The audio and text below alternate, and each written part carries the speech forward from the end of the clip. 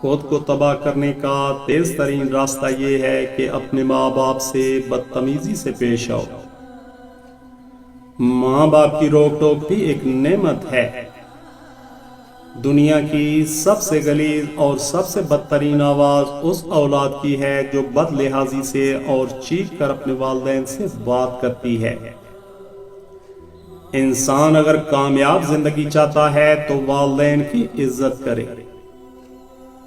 باپ امیر ہو یا غریب، اولاد کے لیے بادشاہ ہوتا ہے۔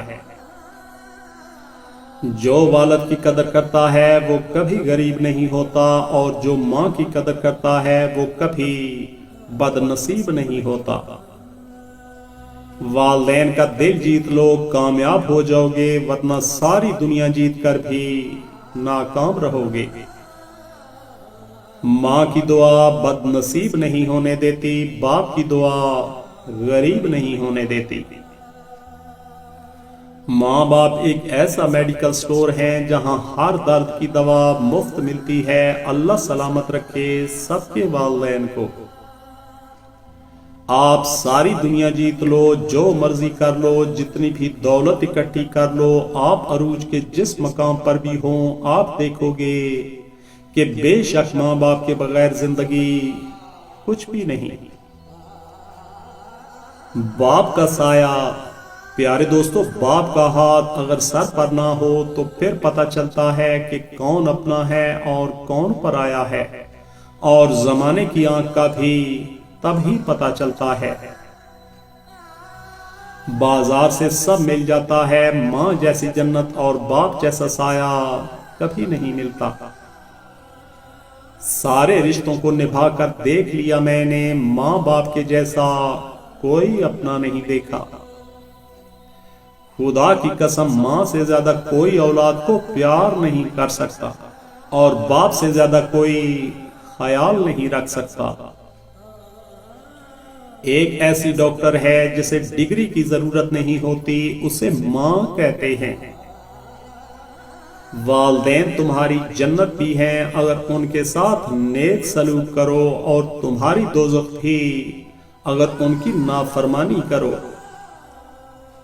جب اولاد روٹی دینے لگ جاتی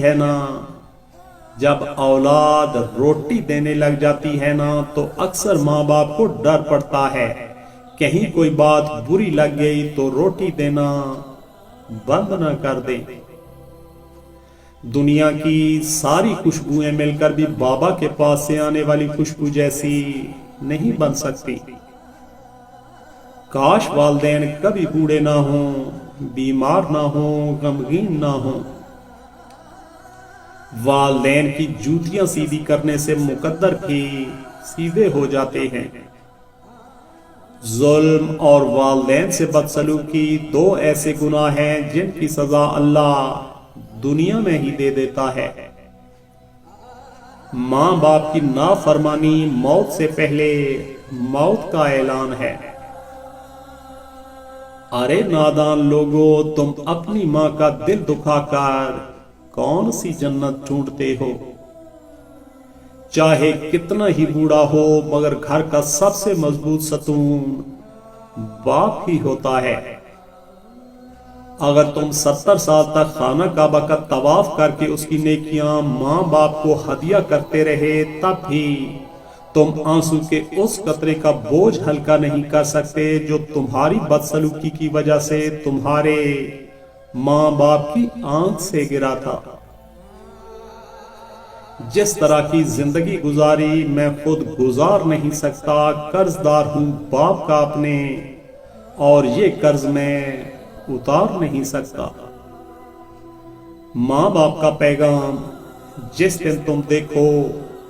جس دن تم ہمیں ضعیف دیکھو تب صبر کرنا اور ہمیں سمجھنے کی کوشش کرنا۔ جب ہم کوئی بات بھول جائیں تو ہم پر غصہ نہ کرنا اور اپنا بچپن یاد کرنا۔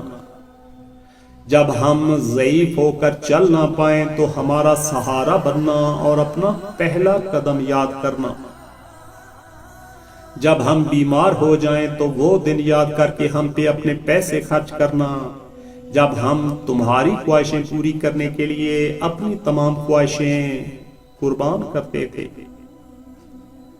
چند بچوں کو پالا تھا ایک ماں نے جتن سے، ممتا کا صلہ پھر بھی ضعیفی میں نہ پائی۔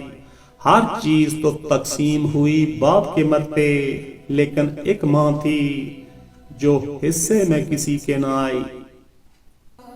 باپ تو وہ عظیم ہستی ہے جس کے پسینے کی ایک بوند کی قیمت بھی اولاد ادا نہیں کر سکتی۔